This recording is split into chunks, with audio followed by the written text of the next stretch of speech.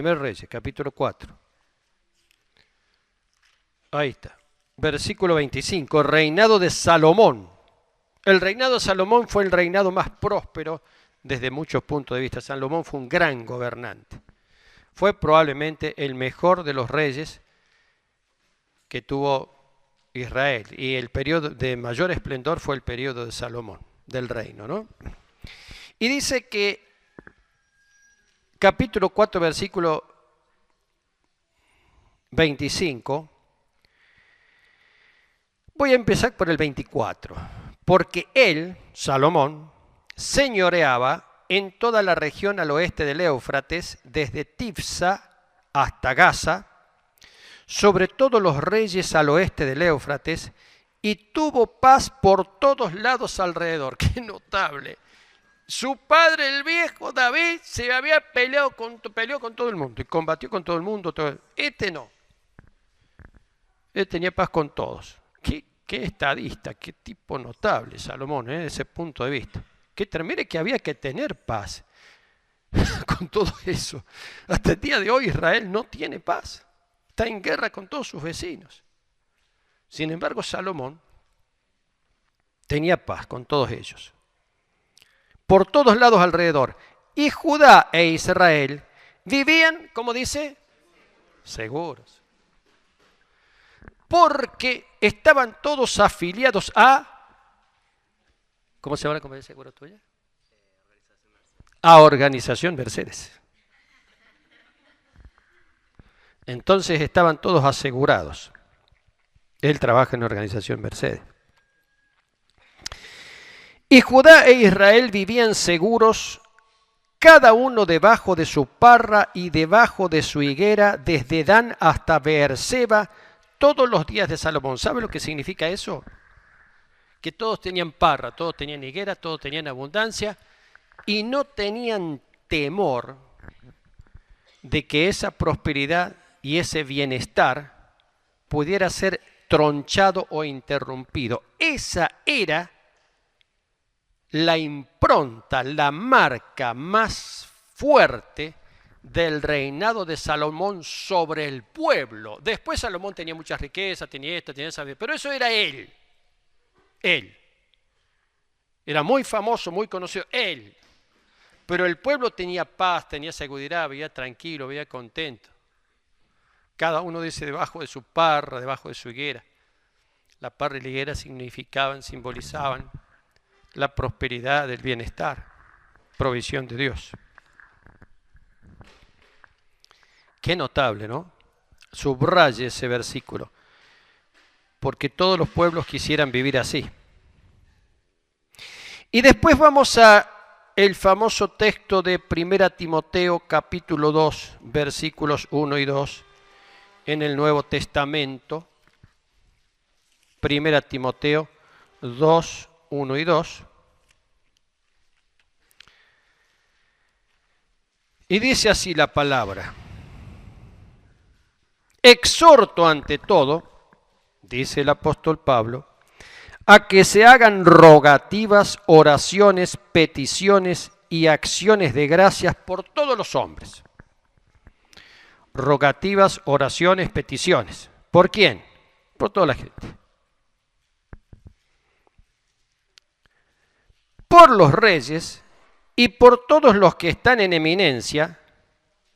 ¿Para qué? Quieta y reposadamente, en paz, cada uno debajo de su parra y cada uno debajo de su higuera, podemos agregar. ¿Se dan cuenta de lo que significaba el bienestar de un pueblo? El bienestar de una nación. Todos vivían tranquilos, seguros, no tenían temores del enemigo ni de nada, no tenían temor a una crisis, no temían quedarse sin alimento, porque en el caso de Salomón, la gente confiaba en ese rey sabio que había recibido especial sabiduría de Dios para gobernar al pueblo. Y en el caso que exhorta aquí el apóstol Pablo, porque hay una oración, hay un clamor, dice por todos los hombres, oren por todos los hombres, para que podamos, y por los reyes, por los que están en eminencia, por los que tienen poder, para que podamos vivir quieta y reposadamente, dice, en toda piedad y honestidad. Resulta que en estos tiempos, tanto del reinado de Salomón como cuando está hablando el apóstol Pablo a Timoteo, y tanto Pablo como Timoteo estaban bajo la ley del Imperio Romano, sus gobernantes los ponía el Imperio Romano. Los gobernadores los ponía el Imperio Romano. El emperador romano designaba a los gobernadores. Entonces dice, oremos para que, por efecto del gobierno de esta gente, de los que están en eminencia, nosotros podamos vivir quieta, reposadamente, y además en toda piedad y honestidad. Esa era la característica, digamos, que Pablo ponía como meta para el bienestar del pueblo. No está hablando de la iglesia, de las congregaciones, está hablando de toda la población. Quieta, sin conflictos, reposadamente, en piedad, es decir, no con cosas malas, truculentas, y en honestidad. ¿Sabe lo que significaba vivir de esa forma? Ahora nosotros, queridos, vivimos en una democracia y tenemos la posibilidad de elegir a nuestros gobernantes. Es característica de la democracia. Después voy a hablar un poquito más de esto. Entonces, de vez en cuando, este año los habitantes de la Cava, por ejemplo, de la Ciudad Autónoma de Buenos Aires, lo van a hacer 6 veces. Nosotros lo vamos a hacer 3 veces. Posibilidad de 3 veces. Casi seguro que van a ser 3 veces. Entonces tenemos que elegir a nuestros gobernantes. Tenemos que elegirlos. Es mediante el voto popular. Y aquí viene la pregunta que yo dije que tenía que hablar de este tema en algún momento, y ya que el domingo que viene son las elecciones, nosotros no suspendemos el culto, ni el de la mañana ni el de la noche. A la noche va a estar el pastor Rick Yaragüero. El culto de la mañana a lo mejor más complicado porque uno tiene que ir a votar, pero las elecciones terminan a las 6 de la tarde, que si tenés tiempo de sobra para después venir al culto. No es excusa para no venir al culto. Entonces poneme la primer placa. Apágame acá, querido. ¿Por quién debo votar? Yo voy a usar mi prerrogativa de pastor para decirles por quién hay que votar.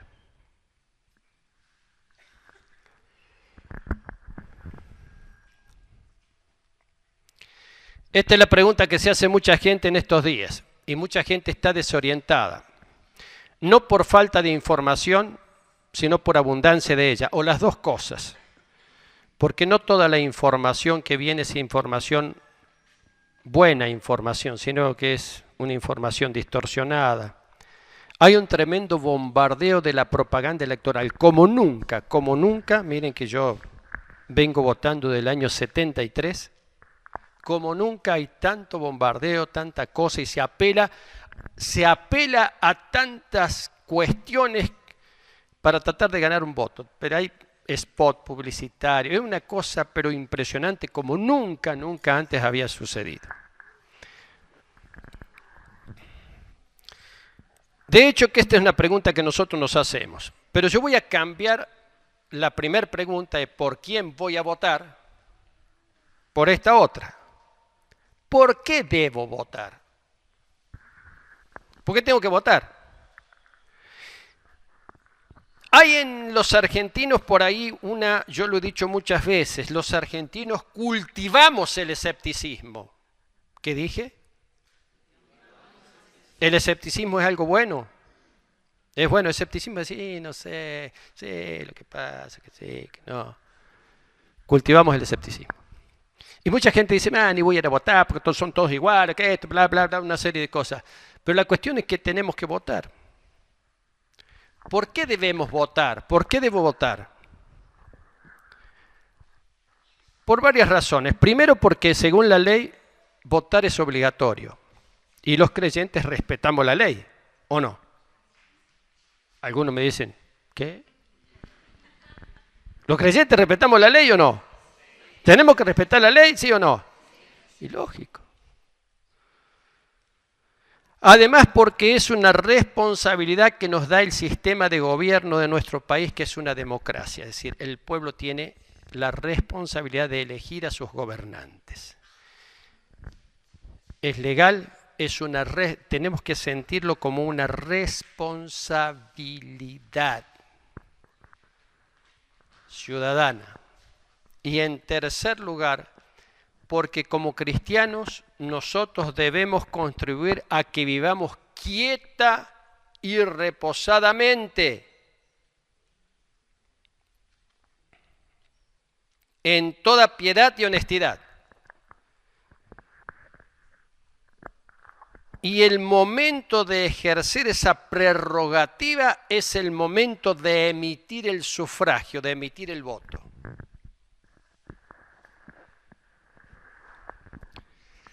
No sé si alguna vez lo habías pensado así, pero votar, querido, para el creyente no es solamente una obligación y una responsabilidad como ciudadano, es una obligación y una responsabilidad también como cristiano.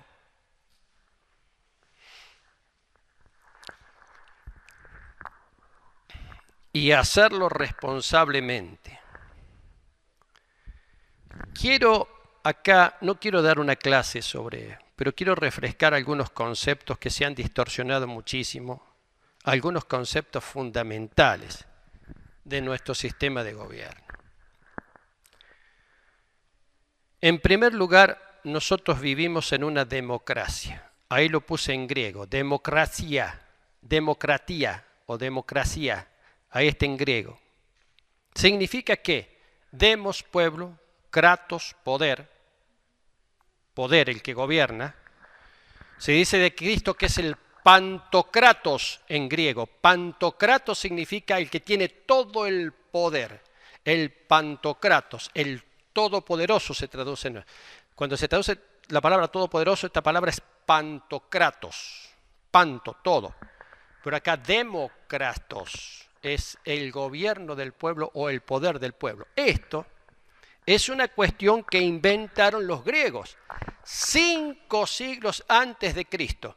Después lo dejaron de usar, después lo tomaron los romanos, después lo dejaron de usar también, pero finalmente es el sistema de gobierno que se ha impuesto en el mundo actual.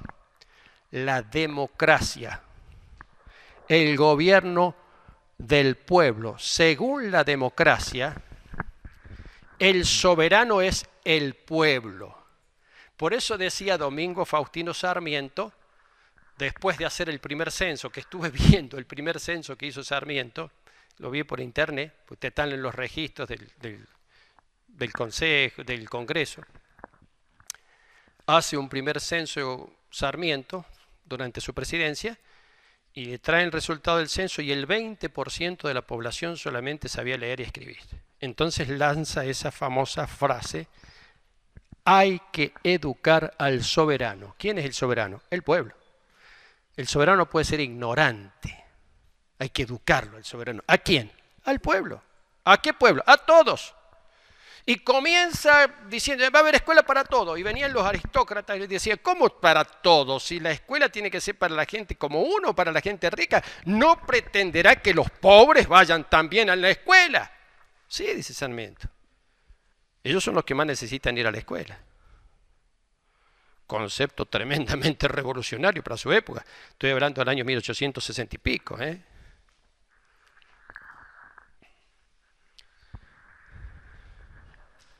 Pero dice el artículo 22 de nuestra Constitución Nacional que el pueblo, que es el soberano, no delibera ni gobierna sino a través de sus representantes y autoridades. Eso es lo que se llama democracia representativa. Yo no puedo decir que soy el soberano. porque el soberano es el pueblo, en su conjunto, la población. Pero la presidenta tampoco puede decir que es soberana, porque en una democracia la soberanía recae en el pueblo. Por eso no podemos decir que una iglesia es democrática, entiéndase esto. Porque la soberanía y el poder, digamos, y la autoridad no residen en nosotros, sino en Dios, en Cristo. Por eso no podemos decir que la iglesia es una... Antes se decía, sí, los bautistas fundamentalmente decían, sí, porque la iglesia, no, la asamblea es soberana, se decía así, copiando un término de la democracia, de la política. La asamblea es soberana. Entonces, ¿quién está de acuerdo? La asamblea es soberana. Eso ha sido prácticamente eliminado en la gran mayoría de las iglesias bautistas. Fue un concepto erróneo, equivocado. Otro concepto muy importante es el concepto de república, del latín res publica, cosa pública. En una república, el gobierno administra lo que es de todo el pueblo y no puede usarse con fines privados. Esa es la república, la res pública, la cosa pública. Yo tengo algunas cosas que me pertenecen y son privadas. Por ejemplo, puedo decir, estos anteojos son privados. Esta propiedad que tenemos nosotros es privada, pertenece a la Confederación Evangélica Bautista y la usamos nosotros. Pero la calle es pública, no me puedo apropiar de la calle, no me puedo apropiar de la vereda, no me puedo apropiar de las plazas, no me puedo apropiar de las empresas que son públicas. ¿Qué significa que una empresa es pública?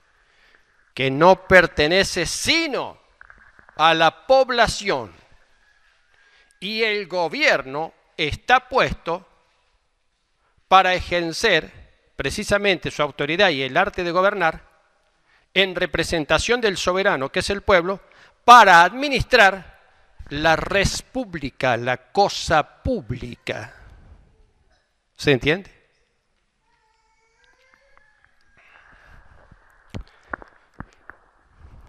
Hay países que no detentan este concepto. Y me estaba acordando lo siguiente, me estaba acordando de la guerra de las Malvinas. Cuando se hundió al HMS Sheffield. El Sheffield, ese primer barco que fue hundido por la aviación argentina, tenía este nombre, HMS Sheffield. ¿Y qué significa HMS? Significa Her Majesty Ship. Significa el barco de su majestad. Como es una mujer, se dice Her Majesty. Cuando había un rey, se decía His Majesty Ship. Todos los buques de la Armada inglesa, de la Marina inglesa, tienen esta denominación, HMS. ¿Qué significa? Este es el buque que se llama el Coventry, pero es el buque de su majestad la reina. Porque eso es una monarquía, no es una república. Es una monarquía parlamentaria, tiene un parlamento de hace muchos años, donde la reina, que es la soberana, le encomienda al primer ministro, que es elegido por el pueblo, le encomienda formar un gobierno, porque ella es soberana, pero ella no gobierna.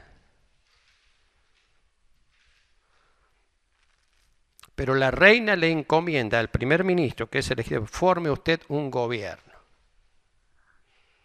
Y cuando se canta el himno de Inglaterra, ¿a quién se canta? ¿Conocen ustedes el himno de Inglaterra? Cuando dice God save the Queen, así, Dios salve a la reina, porque ella es la soberana. En una república el soberano es el pueblo, como en una democracia. ¿Vamos entendiendo? Todos estos conceptos tan importantes y tan fundamentales que hacen a un gobierno, que hacen a un país, van a ver ustedes cómo se degradan, se distorsionan,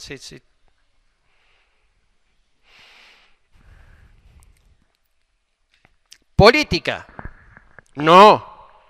Yo en política no me meto. A mí la política no me gusta. Bueno, ¿sabe qué significa política? Acá encontré una hermosa definición. Política es una rama de la moral. ¿Sabe qué es la moral? La moral viene de mores, de costumbres, lo que se acostumbra. La política es una rama de la moral en virtud de la cual las personas de una sociedad libre se ocupan de resolver los problemas que le plantea su convivencia colectiva. Política viene también de politicus y viene también de polis, pueblo. Pueblo en el sentido de ciudad. La política es el arte de hacer que las personas que viven comunitariamente vivan bien. Algunas veces quiero romper algunos mitos y algunas basuras que escuchamos a diario por televisión. Ese es el objetivo. ¿Estás grabando? ¿Se está grabando esto? Sí. Ese es el objetivo. Quiero romper y quebrar algunas basuras que comemos todos los días alimentados por la televisión. Hay una manifestación por ahí, una manifestación porque, qué sé yo, no sé. Y dice, bueno, pero esto es una manifestación política. Todo lo que se hace comunitariamente tiene que ver con la política. Lo que pasa que la política está acá y el concepto de la política se ha rebajado a lo que significa partidismo político, que es otra cosa. Ese es partidismo político. O si ustedes quieren, política partidaria. Pero todos nosotros participamos de la vida política de la nación. ¿O acaso vivimos en la cima de la montaña sin contacto con nadie? Cuando mandamos a nuestros hijos a la escuela, esos chicos van a aprender no lo que nosotros queremos que ellos aprendan, sino lo que la política ha fijado que ellos van a aprender. ¿Se entiende? Miren si estaremos metidos hasta el caracú en medio de la política.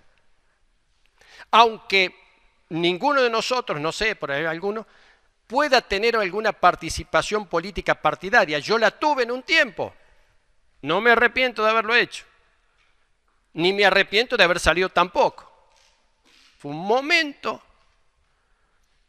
Pero estamos todos metidos en la política. Uno dice, no, sí, a mí la política no me interesa. Más vale que te interese porque las acciones y las decisiones políticas te afectan a vos, te afectan a tus hijos, te afectan a tu familia, te afectan a todo. Más vale que te interese. Se ha desvirtuado este concepto tan importante para la sana convivencia en cualquier sociedad. Los políticos, en el ejercicio de su gobierno, acusan a otros de hacer política. Qué gracioso. Pero es de loco es de loco esto. Los políticos que están en el ejercicio de gobierno, cuando algunas personas protestan, qué sé yo, no, pero eso es un acto político, dicen. ¿Y si vos sos político? Estamos todos metidos dentro de la política, aunque no estemos metidos dentro de los partidos políticos.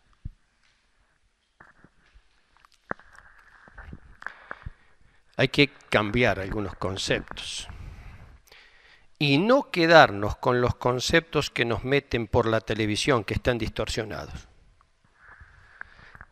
¿Quiénes son los mejores candidatos para votar? La gente elige sus candidatos, ¿no? ¿En base a qué? Bueno, algunos votan a los del partido o de la corriente política a la cual adhieren. Es un criterio. Yo no es que esté afiliado, pero yo siempre fui porque mi papá fue, sí, de este partido político, entonces yo voy a votar a los candidatos de este partido político. Ese es un criterio. Otro criterio significa, yo no estoy afiliado a ningún partido, pero voy a votar a los que me caen mejor por su forma de ser. En la Argentina hay mucho voto, ¿cómo te podría decir? No sé si llamarlo visceral. Este me cae bien porque, no sé, me cae simpático, qué sé yo, o esta, me cae simpático, entonces lo voy a votar porque me cae bien. Ese es otro criterio que se usa mucho. Estoy enunciando los criterios que se usan para votar. Hay más. Yo he puesto acá 4 nomás. En tercer lugar, voy a votar porque este tiene experiencia en el gobierno. Este tiene experiencia en el gobierno. Bueno, la experiencia en el gobierno es importante, pero ha habido muy buenos gobernantes que no tenían experiencia en el gobierno y que fueron muy buenos gobernantes. Y había otra gente que tenía larga experiencia en el gobierno y han sido malos gobernantes. Es otro criterio, ¿eh? Este tiene experiencia, este no tiene experiencia. Mucha gente vota por los que prometen las mejores cosas. Viste que todos los políticos prometen. Sí, vamos a hacer esto, vamos a hacer esto. Es parte de la campaña política. Y mucha gente dice, bueno, este promete las mejores, este promete. Yo podría decir, este promete que va a dar aumento a los jubilados, entonces me conviene, yo estoy jubilado, ¿viste? Antes no le daba importancia a eso. Ahora sí, a ver qué pasa con los jubilados. Antes decía, bueno, los jubilados, que se arreglen los jubilados. Otro puede decir, sí, porque este va a impulsar el cambio. Los políticos hacen promesas. Las cumplen, no las cumplen, pero la gente los va a votar antes de que las promesas se cumplan o no se cumplan. Vota en base a las promesas. Ese es otro criterio.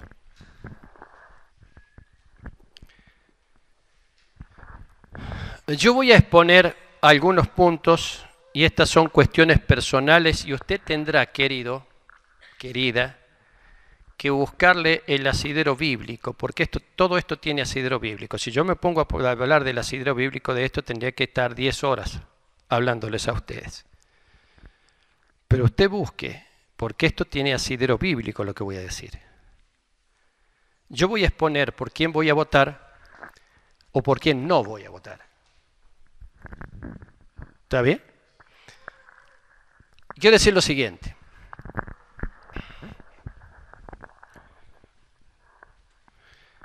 Yo voy a votar por quien me asegure que respetará la vida aún desde su concepción. Nunca votaría a un abortista. Yo no votaría a un abortista, independientemente del color político. En el año 1973, cuando yo voté por primera vez, después de un largo periodo que no había elecciones por gobiernos militares, mi pastor de entonces, el pastor Daniel Anone, hablaba y decía, ¿cuál es el partido político que más está de acuerdo a lo que somos los evangélicos? Y él decía, yo analizando los partidos políticos, uno de los que está muy de acuerdo a la concepción evangélica es el socialismo. ¿Por qué? Porque, por ejemplo, el socialismo defiende la independencia entre el Estado y la Iglesia. La libertad de conciencia, la libertad... Es cierto. Pero han pasado algunas décadas de aquel entonces. Y hoy en día el socialismo, por ejemplo, propugna la legalización del aborto. Las cosas van cambiando. Usted después analice, ¿y por qué, pastor, vos decís que nunca votarías a un abortista? Eso es una tareita que te dejo para la casa.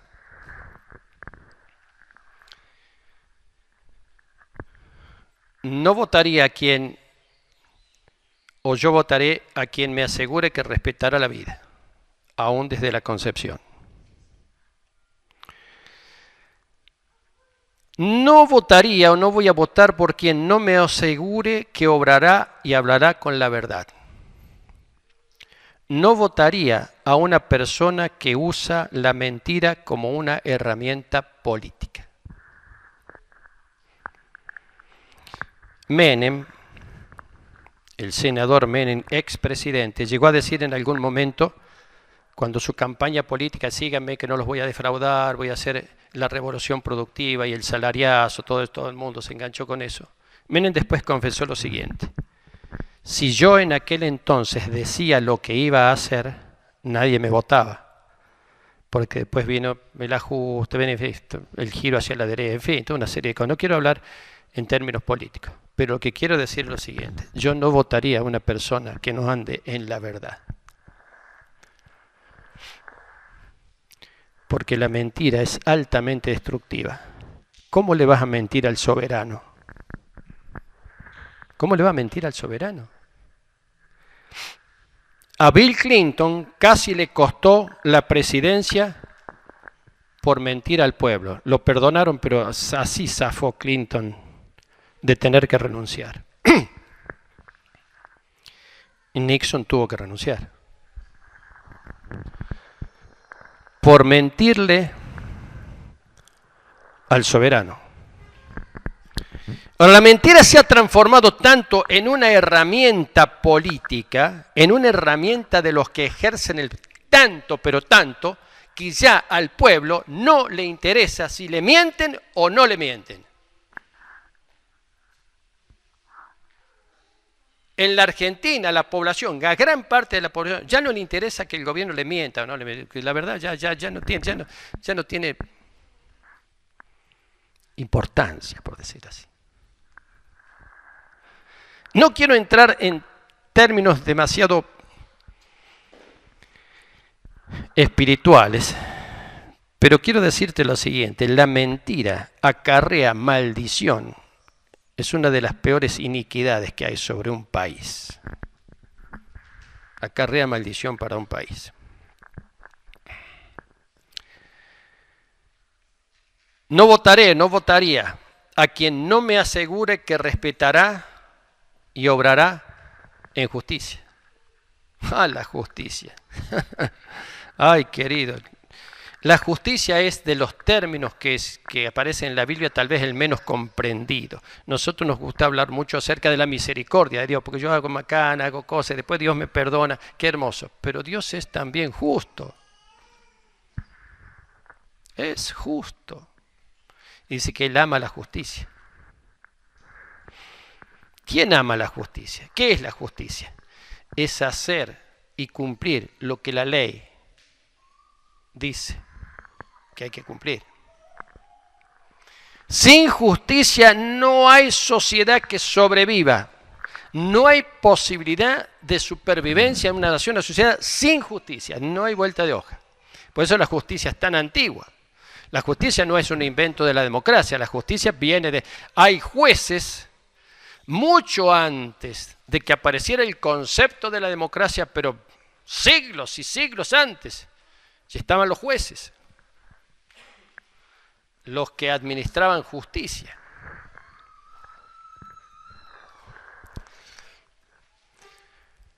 No votaría a quien no se someta a las leyes y pretenda pasar por encima de ellas.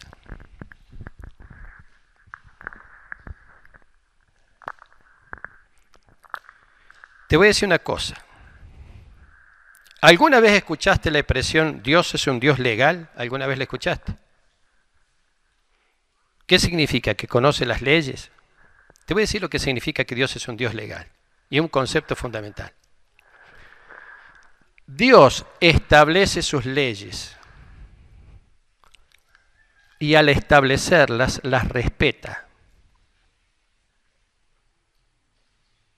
No escribe con la mano y borra con el codo. ¿Quién? Dios.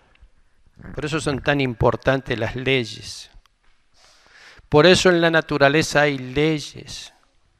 Te desafío a que desafíes la ley de gravitación universal. Ay, ¿cómo puedo hacer eso, pastor? Hacelo fácil, mira, yo te desafío. Si vos le querés desafiar a la ley de gravitación universal, que es una ley natural, ¿no? Bueno, comenzá a caminar por el techo de tu casa y seguí caminando cuando el techo se acabe. Es una hermosa manera de desafiar a la ley de gravitación universal. Y voy a decir, yo no la voy a cumplir. ¿Por qué? Porque no se me da la gana. ¿Y qué? Bueno, dale. ¿Entienden lo que son las leyes? ¿Y por qué son tan importantes las leyes? ¿Por qué son tan importantes las leyes espirituales?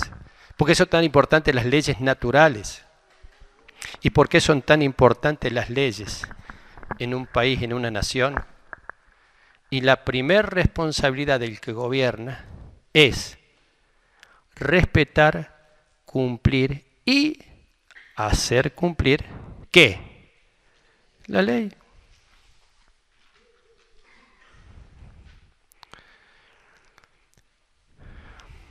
Votaré a quien tenga capacidad de dialogar y consensuar y no busque imponer su criterio y decisiones.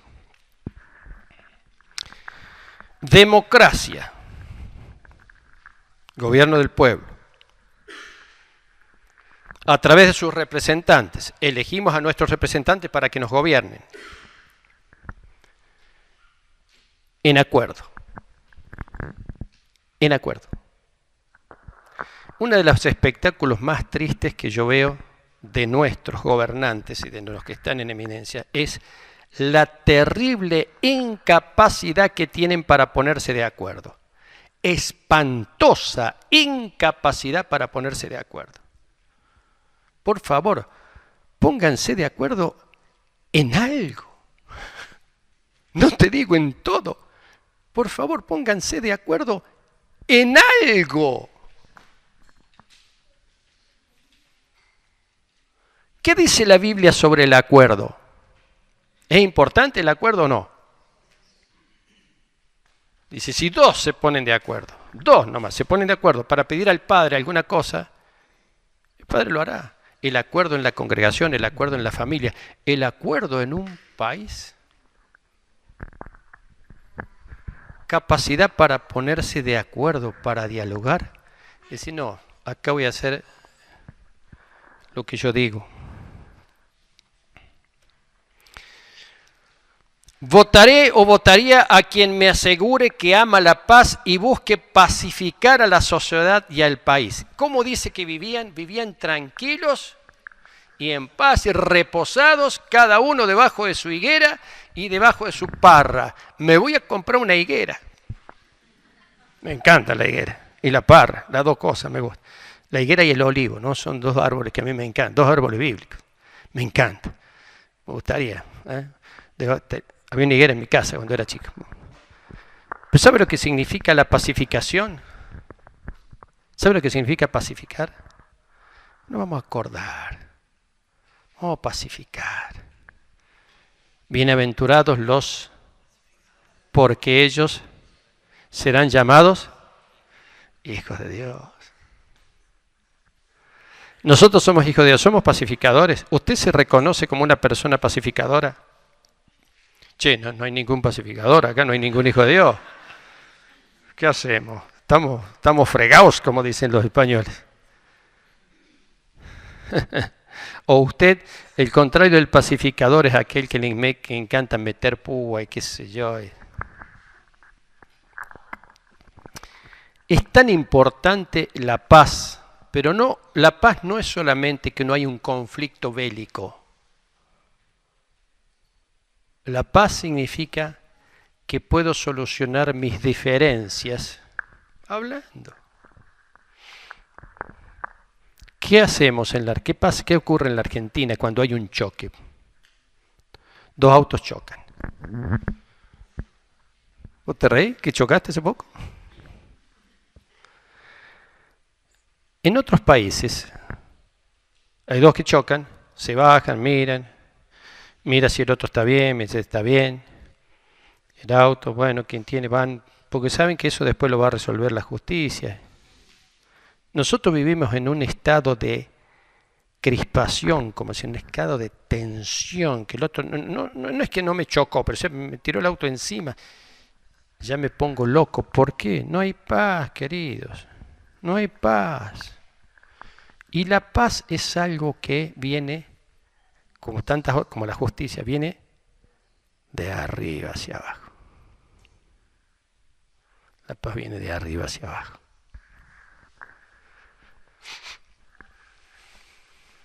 Pacificar a la sociedad. ¿Cómo es posible, queridos, que uno de los deportes más lindos del mundo, que es el fútbol, en nuestro país sea escenario de violencia, de muerte, de conflicto? ¿Cómo es que no se puede pacificar? ¿Por qué? ¿Por qué no se puede pacificar? Es una tarea de gobierno.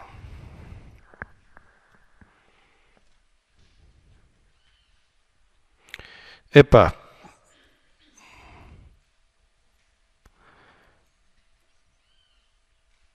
Siete.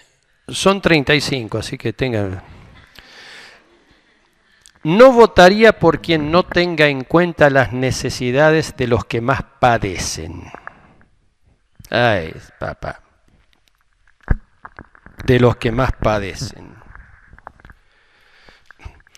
¿Alguna vez te tocó estar en la guardia de un hospital y viene una persona pobre para que lo atiendan y lo atienden re mal?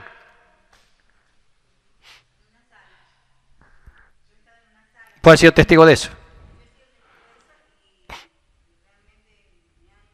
Te ha impactado.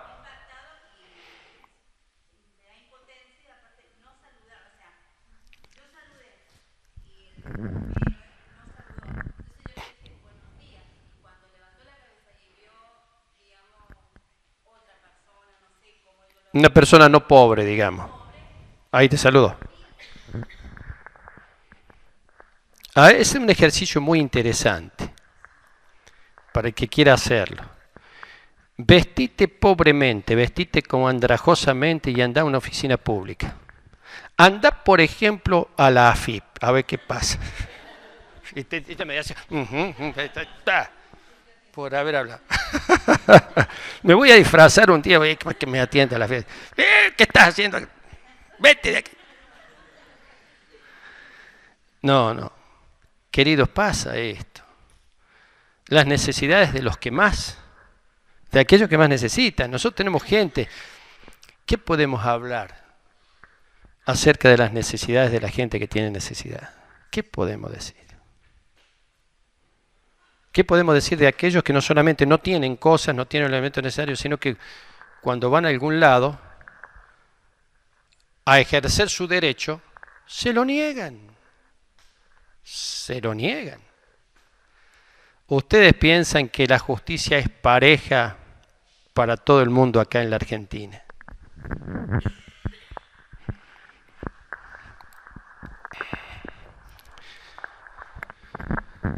No votaría por quien no tenga en cuenta las necesidades de los que más padecen, de los que más necesitan. Esto no es un eslogan, es una realidad. Pregúntenle a Richard Agüero cómo vive la gente de las comunidades. Él sí sabe cómo vive la gente de las comunidades. No son los periodistas, es él sí que sabe. Hace años que convive con ellos. Pregúntenle cómo los atienden cuando van a un hospital público, cuando van a una oficina pública, o cuando van a reclamar algo. Pregúntenle cómo les va. ¿A dónde? Allá no, en todos lados sucede eso. En todos lados sucede.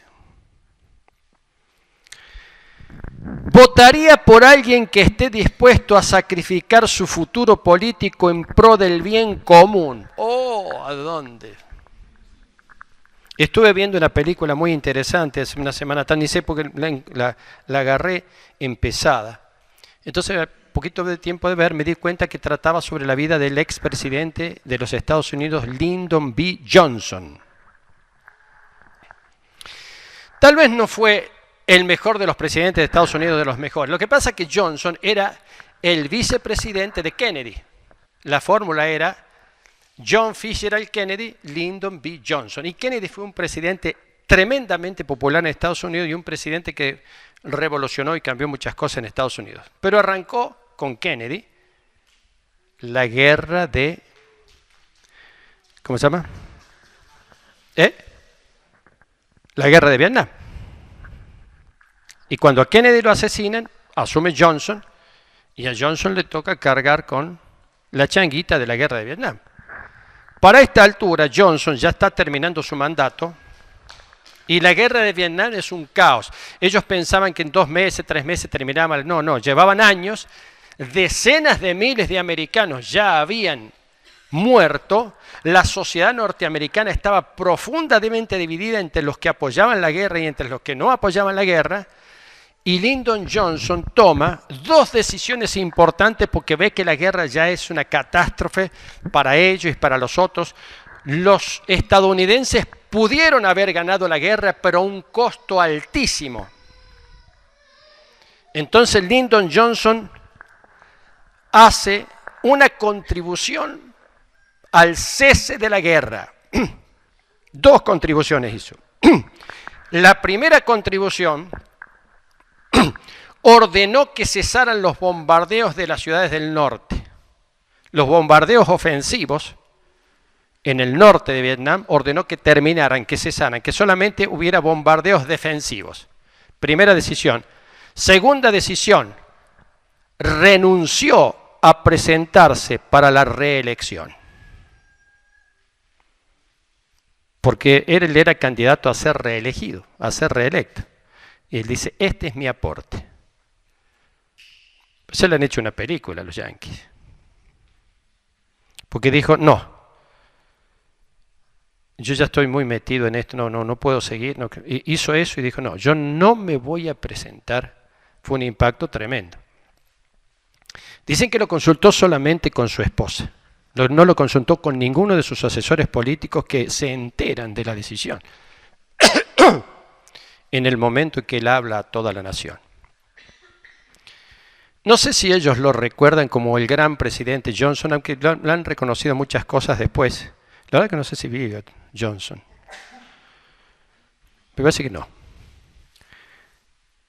Pero eso se llama renunciar a sus apetencias en pro del bien común. Qué bueno eso, ¿no? Él se dio cuenta que si él continuaba en el gobierno, muchas cosas no podían cambiar. Necesitaba hacer algo. Necesitaba que sacrificarse. Suena esto de sacrificio, ¿no? ¿Sacrificar qué? Su carrera política. No votaría por quien en lugar de usar su lugar de autoridad para servir, lo usa para servirse, lo usa en beneficio propio. No adhiero en absoluto a la frase roba pero hace. La cambio por esta otra. Sí, algo hace, pero roba.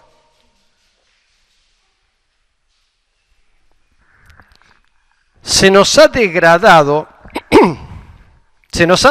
los parámetros éticos a los argentinos y los valores le han dado paso a la conveniencia. Ese roba pero hace eso. Sí, hace, sí, también roba pero bueno. ¿Ustedes piensan que en algún país con una moral un poco más estrecha que la nuestra se bancaría, se perdonaría, por decir así, se aceptaría a un gobernante que le roba al soberano en beneficio propio?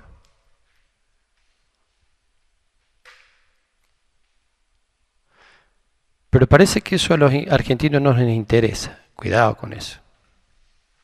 Cuidado. Cuidado con eso.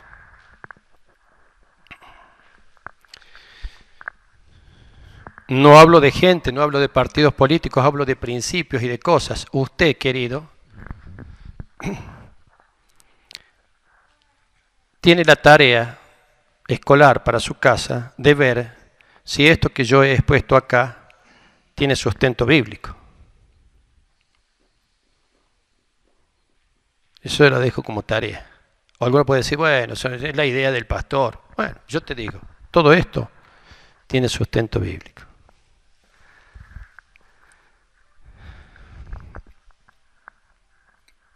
Me arriesgo a dar un nombre que quisiera que nos gobernara. ¿Están preparados? En mi opinión. Ustedes no tienen por qué seguir mi opinión. O sí, no sé. A veces los políticos creen y nos llaman, la vez pasada nos citaron a los pastores, porque dice, estos tipos, si nosotros convencemos a estos fulanos son capaces de convencer a 100, a 200, andás a ver, a 15, 20, que vos nos voten, y te imaginás. Te voy a contar una anécdota, y ya termino. Yo fui candidato por la Unión Cívica Radical. Fui candidato a senador provincial. Entonces estábamos en campaña, en fin, toda la historia esa.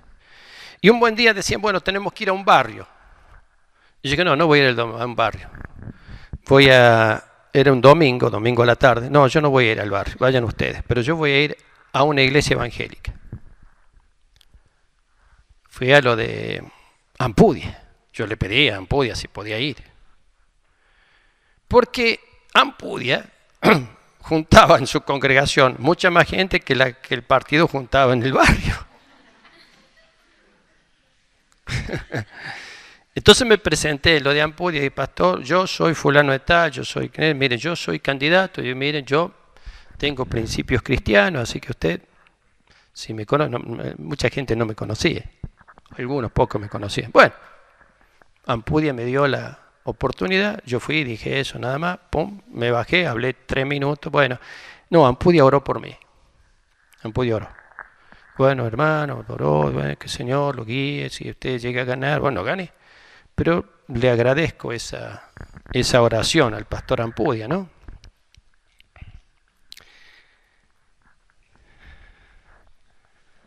Un hombre que quiero que nos gobierne. ¿Quién nos puede gobernar? Lo que estoy queriendo decir es que nosotros tenemos la posibilidad de contribuir para elegir la persona que nos va a gobernar. No es una tarea menor. El apóstol Pablo no habla de esto porque en aquel entonces la democracia era una cuestión histórica, no se ejercía. Bueno, me arriesgo a dar un nombre que quisiera que nos gobernara. Tramposo.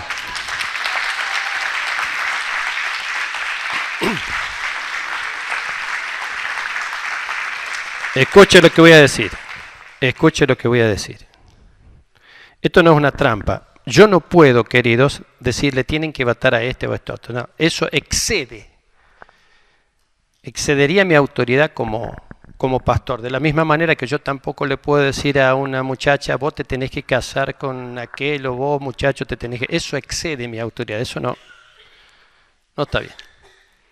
Pero sí lo que quiero decir es que usted cuando vaya a ejercer el voto piense en algunas cosas y en algunos principios. Ore y diga, Señor, yo quiero vivir quieta, reposadamente, en toda piedad y en toda honestidad. Guíame, porque yo voy a ir a ejercer el derecho que me da este sistema de elegir a mis gobernantes. No evada la responsabilidad política, querido, no la evada. No te estoy diciendo que participes. Si quieres hacerlo, lo puedes hacer. Participar partidariamente, pero no evada la responsabilidad política, pues la responsabilidad del pueblo, de todos.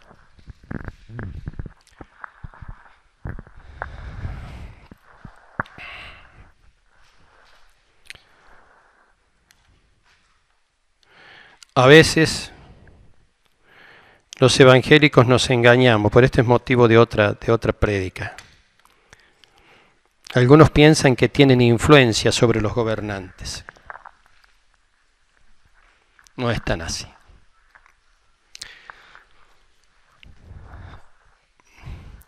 Cuando yo digo quisiera que nos gobernara Jesucristo, quiero decir que con la mente de Cristo, los criterios de Cristo, los valores que Cristo enseñó, que alguien venga y diga, no, esto no se puede hacer porque esto está mal, porque Dios lo ve mal. Esto no se debe hacer.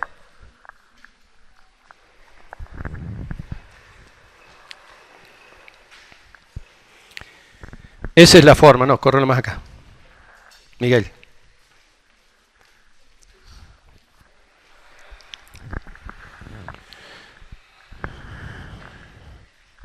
Tal vez tendría que haber predicado esto el domingo pasado, pero bueno. Porque hoy vamos a celebrar la cena del Señor. La comunión, el partimiento del pan.